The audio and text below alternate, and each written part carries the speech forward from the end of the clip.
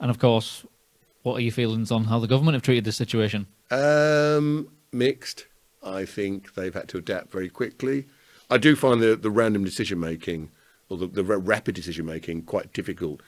Anyone in business or anyone who plans events doesn't plan on 24 hours or 48 hours or after the weekend you can't do this.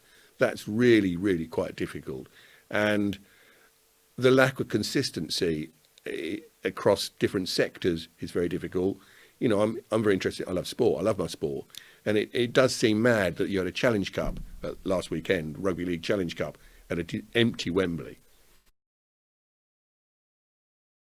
You could have had 20,000 fans in there, all social distance. And yet... You're outside. You're outside, which is a positive. And yet restaurants and bars at the moment remain open. And yet I find that lack of consistency very, very difficult. And it's... But, you know, I don't think it's all malicious. And to be fair, the government did stump up, was it 1.57 billion? And it has been, you know, I've got to say, I know people, I thought they would ignore the rock sector. I thought they'd completely ignore it and it would go to the museums, the classical sector, to ballet, to opera, art in general, rather than, you know, sort of live music, which I love. But, it has provided a lifeline, but it hasn't provided a lifeline for people at the bottom.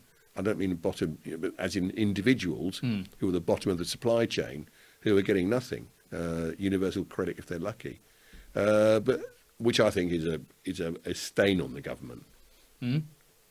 But with furlough coming off, I know it's been replaced by a new scheme.